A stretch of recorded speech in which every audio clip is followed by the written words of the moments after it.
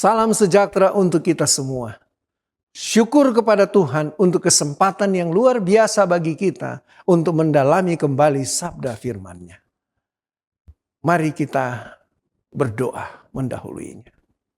Bapa yang penuh kasih, Bapa yang memahami kami, ampuni kami semua dan kiranya berikan kami pengertian ketika kami akan membuka firman-Mu. Di dalam nama Tuhan Yesus kami sudah berdoa. Amin.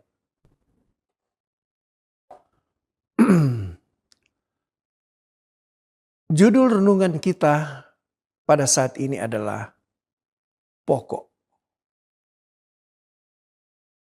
Ada apa dengan pokok? Saudara-saudara, saya rindu membawa pikiran kita kepada firman Tuhan. Saya mau membacakan beberapa ayat firman Tuhan. Kita boleh buka Alkitab kita di dalam Yohanes pasalnya yang ke-15 ayat 1 sampai ayatnya yang ke-5. Di sana dikatakan sebagai berikut. Saya baca ayatnya.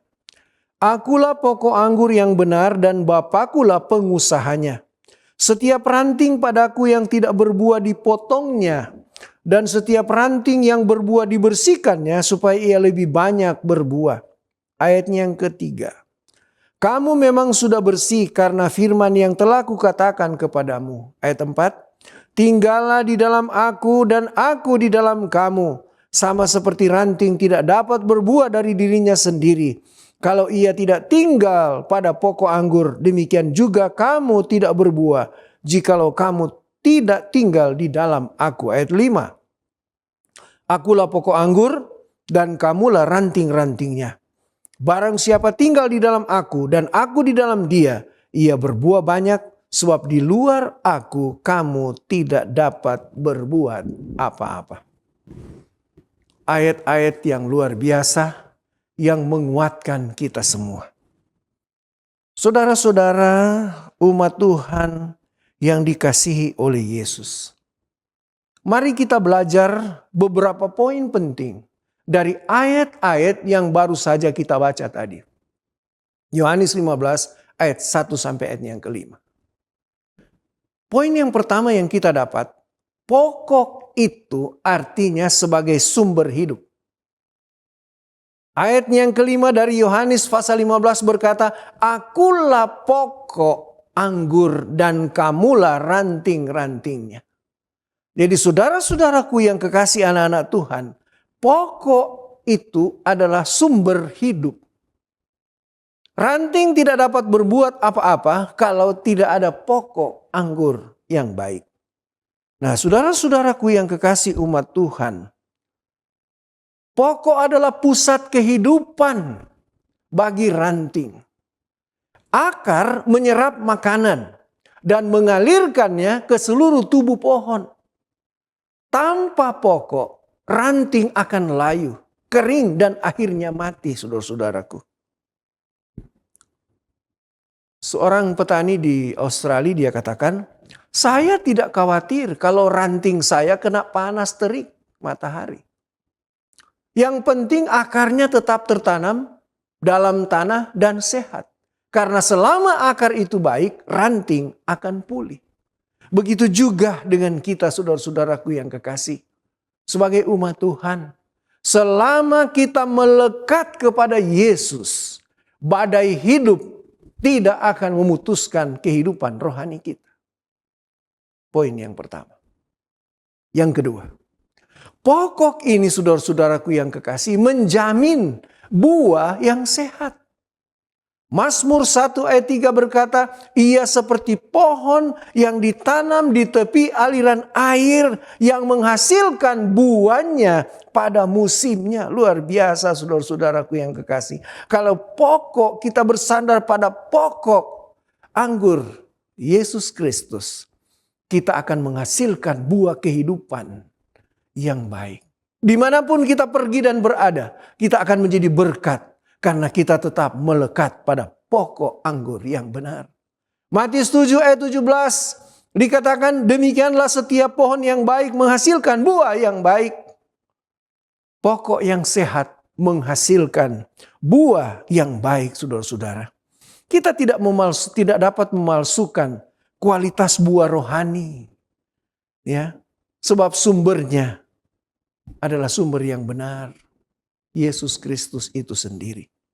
Karakter Kristen yang sejati muncul dari hubungan yang terus-menerus dengan Kristus. Ada orang supaya kelihatan buah di kebunnya menarik, apa yang dia buat saudara-saudara, dia ambil buah plastik, ya, lalu dia tempelkan itu di buah mangga. Dari jauh kelihatannya sangat menarik. Dari jauh kelihatannya luar biasa. Tapi saudara-saudaraku yang kekasih, ketika kita dekati buah tersebut, maka akan ketahuan bahwa itu palsu. Demikian juga dengan kehidupan rohani. Bisa kelihatan manis di luar, tetapi kalau tidak terhubung dalam Kristus, tidak ada rasa kehidupan di dalamnya, saudaraku. Yang ketiga, mengenai pokok. Pokok ini dapat memberikan ketahanan di masa sulit. Yeremia 17 ayat 7 dan 8 di sana dikatakan, diberkatilah orang yang mengandalkan Tuhan. Ia seperti pohon yang ditanam di tepi aliran air yang tidak takut kalau datang panas terik. Karena dia ada sumber air yang luar biasa. Saudara-saudaraku yang kekasih, akar yang tertanam dalam Kristus membuat kita tahan menghadapi krisis. Orang yang tidak punya akar akan goyah ketika badai kehidupan datang. Ada banyak orang, saudara-saudaraku yang kekasih, dari pengalaman hidup mereka. Mereka menceritakan bagaimana kuasa Tuhan itu luar biasa. Karena mereka tahu mereka melekat kepada Yesus. Apapun beban yang dihadapi, tantangan yang dihadapi, tetap mereka kuat di dalam Tuhan. Pengalaman-pengalaman mereka yang masuk di dalam kamp konsentrasi yang ada di Nazi sana.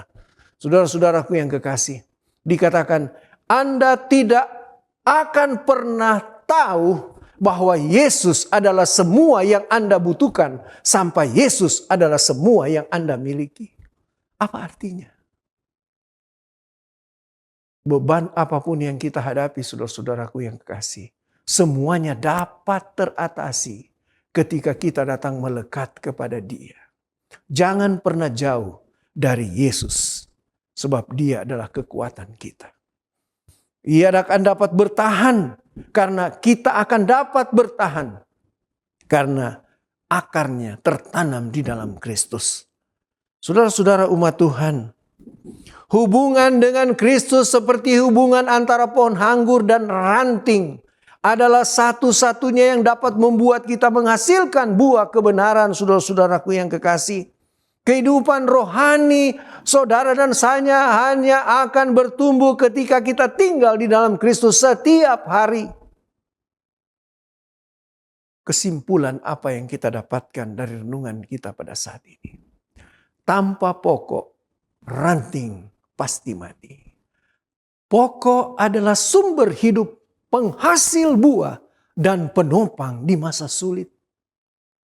Kristus mengundang kita untuk tetap melekat kepadanya setiap hari melalui doa, firman, dan kesetiaan kita kepadanya, ketaatan kita kepadanya.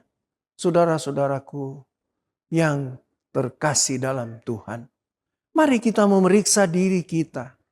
Apakah kita masih melekat erat pada pokok sejati itu atau tidak? Jangan biarkan kesibukan, dosa, atau rasa putus asa memutuskan hubungan kita dengan Kristus. Untuk itu, saudara-saudaraku yang kekasih, saya mengajak kita semua berdoa agar benar-benar kita tetap melekat kepada Yesus sebagai pokok kehidupan kita. Mari kita berdoa. Ya Tuhan, kami mau tetap menjadi ranting yang hidup. Kami mau melekat padamu, pokok sejati kami, sampai Engkau datang menjemput kami. Di dalam nama Tuhan Yesus, kami berdoa dan mengucap syukur selalu. Haleluya. Amin.